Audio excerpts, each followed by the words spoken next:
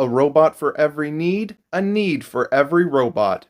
Welcome back, my friends, to Rogue Robot Reviews, the series where all your favorite robotic rejects get their time to shine. You all know the drill by now. You know how this works. Let's just get right into it. This time we'll be covering a character you've probably never even thought twice about before. That character being, of course, the SAUT-A Lookalike.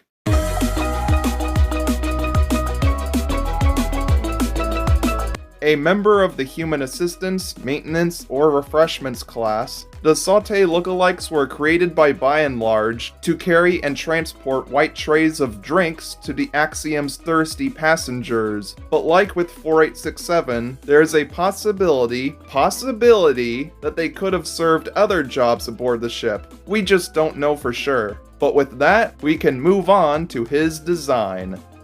For starters, he has a tall, white, narrow head, similar in shape to these plastic cereal containers I own. On the bottom is a wider piece curving up the back with a large crease, giving him an unintentional derpy expression. On his lower face is a rectangular vision screen with a pair of piercing orange eyes, which is a trait that seemingly only he and Fix-It share. Though it wasn't always that way, as the trailers show him with a pair of blue eyes. Going up his face is a pair of vibrant yellowish lime green stripes, akin to the one seen on Cardus. And on both sides of his head is a barcode, along with a currently unknown 4-digit number. His back boasts a small light green panel that could seemingly be opened up for maintenance. On the underside is a yellowish band, as well as the attachment sites for the arms, the pieces of which are the same as what we've seen before, the same hydraulics and extensions, elbow and hinge joints, thinner forearms, larger upper arms with sliding plates and panels, just now with these lime green claws with little grippers on them.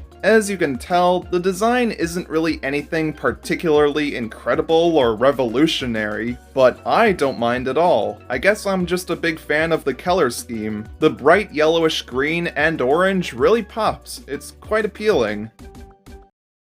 Now, I cannot in good faith talk further about the SAUT-A lookalike without mentioning his namesake, his brother, the original SAUT-A himself. SAUT-A is a professional chef robot, part of the refreshment class, deployed throughout the Axiom's hundreds of nourishment stations, snack hubs, food courts, and dining decks. As anybody with 2 brain cells can guess, their job is to provide unparalleled, delectable cuisine to every hungry passenger. If you were to head on over to a nearby restaurant on board, likely you're gonna have this guy taking your order and cooking, preparing, and serving your food. Yummy yum yum.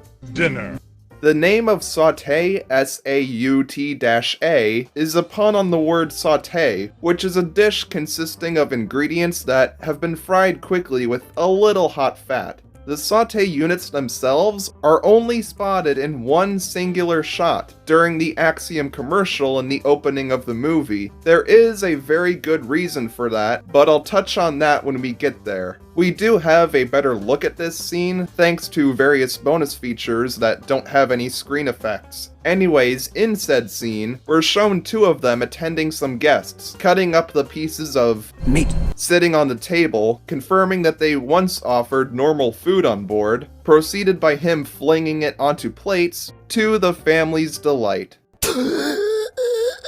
Now, as for the design, the head sculpt is basically the same as the lookalike, hence why we call him that. With his name written in red on his side, which is rare for a non-main robot, wrapping horizontally around the top of his head is a thick, pure red stripe with a white B&L logo slapped onto the forehead. His eyes are blue, the opposite of orange. This bottom piece is gray, his back panel is white. One of the few differences, not related to color, however, is the replacement of claws with a pair of long, sharpened culinary knives, specially made for slicing and chopping solid food products, from fresh vegetables to chunks of tender, spicy steak.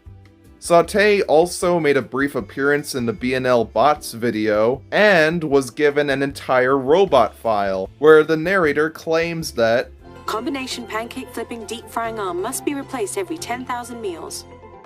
This right here clearly confirms that there are indeed other arm accessories that can be swapped out for him, which only makes sense. You're really not going to operate well in a kitchen properly or efficiently if you're only working with a couple of blades. We can also learn about him through the Pixar character encyclopedias, and in the old storyboards, he originally looked radically different, even wearing a chef's hat.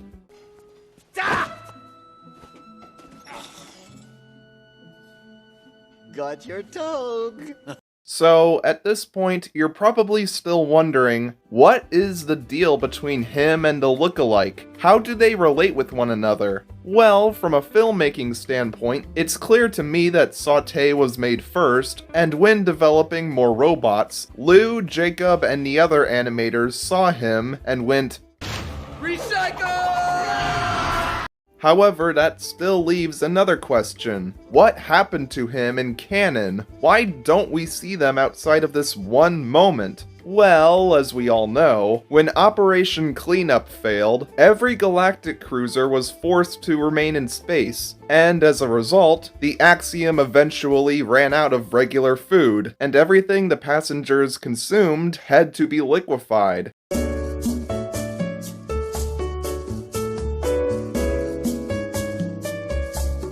How that works is a whole other can of worms I'm not getting into. Passenger count? Unchanged. Regenerative food buffet.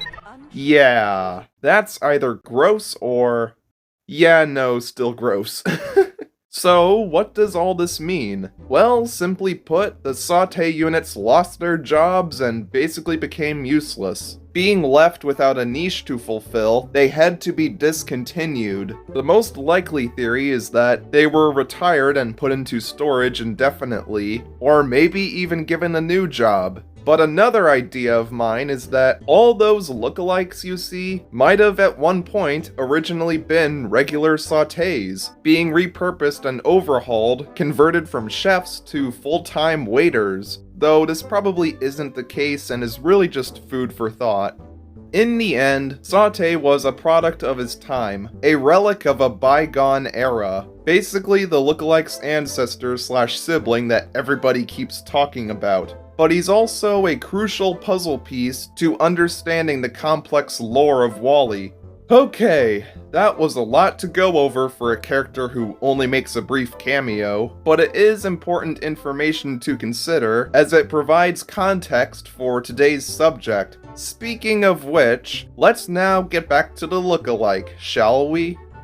SAUT-A lookalikes are very common just about everywhere you look. Many of them are seen heading down the service tunnels, one of which passes by the robot pile-up, another makes a cameo from WALL-E's vision, an utterly minuscule one heads off seemingly into nothingness, and another right after moves around a fallen-over John. Several are spotted serving the passengers of the Lido deck, and others can be seen when Eve flies away. Quite a lot of them stop at the big intersection to look at the wanted signs above, pointing towards WALL-E and Eve, watching and staring at them as they're in trouble. A few stay back from hands at another intersection as they witness the heroes charging through, and a couple more explore their new home on Earth amongst the crowds of humans by the end. And that leaves us with our rogue robot. Our reject boy has a red boot connecting from his shoulder to the side of his head, though often swapping sides, and he sits in Group 1B, accompanied by the bin robot, polisher robot, and buffer. He has this behavioral malfunction where he's rapidly moving his arms back and forth as if he's paddling through water, or repeatedly stabbing somebody with invisible knives. Wait a minute. So yeah, as you can tell, he's hyperactive, fidgety, somewhat herky-jerky, but if I were you, I wouldn't judge him. He's just having a dance party rave. He's first seen in the opening shot, shaking his limbs and looking around, and shows up much later when WALL-E stumbles out of his pen, where he leans over to look at him down the hall. After the control box is blown up, he turns around and stares back at Wally in the next two shots, only to, annoyingly, be covered up by a random car stick both times. After all the pen walls shut down, he can ever so slightly be spotted far away with his head and arms sticking out, though it seems the animators forgot to, well, animate him, as he apparently just sits there instead of escaping. Afterwards, a tall, distant silhouette can be spotted from behind the glass, which I do believe could be him. Alright, now we get into the more exciting stuff. After he leaves the repair ward off screen, he runs down the hallways, turning at the corner with all his new friends, staying on the side of the group, all while flailing his arms again, only to then be stopped by the stewards, while surrounded by many other bots, like Vacuum, 3671, 947, and the Towel Robot. You can also see his head poking out in the side view shot. Not long after Eve arrives, he looks around in fear before getting his picture taken, and is a little startled when Eve gets really mad. After changing places from where he was before in between shots, he emerges from the back of the crowd and runs along the wall, past the stewards, wiggling his limbs one final time before turning to his left. Nobody really knows what happened to him afterwards, though. Maybe he went off to do something else. Something kinda suspicious, maybe. Well then, I'm gonna go watch more robot girl porn like any average.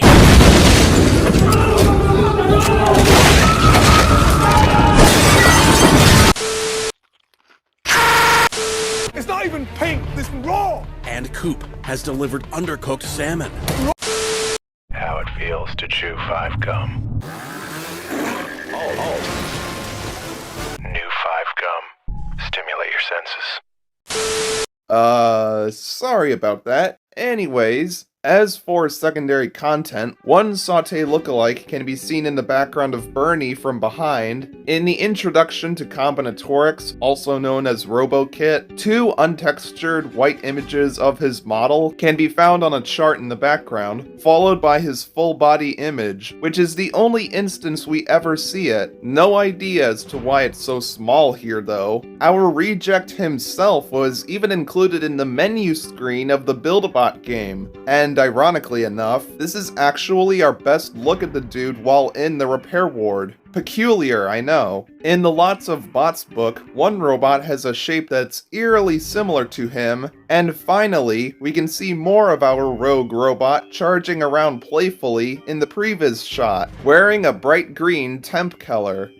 Now, despite having a significantly longer role in the movie than his earlier counterpart, this poor dude gets little to no acknowledgement or attention from the fans, aside from this drawing by Wobbly that names him Greasy. Interesting. Even the wiki page for SAUT-A doesn't mention him once. This easily makes him one of the most forlorn and obscure robots from WALL-E. I, for one, don't think it's too much of me to ask if we can give him just a bit more love. Sure, he's technically a reskin, but he's a pleasant one at that. Plus, Pixar actually bothered to swipe out something as simple as the hands, which is better than taking a specific model, wiping off a few decals, and calling it a new character. But hey, who am I kidding? Pixar would never do something like that!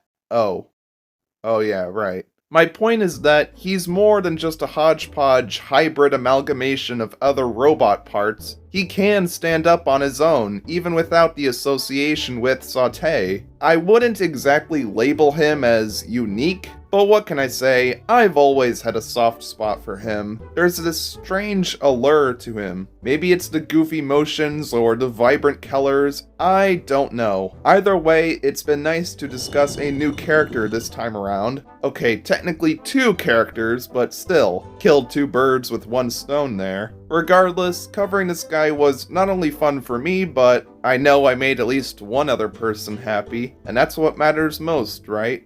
Thank you all so much for watching, and oh, before I go, someone pointed this out to me in the last episode.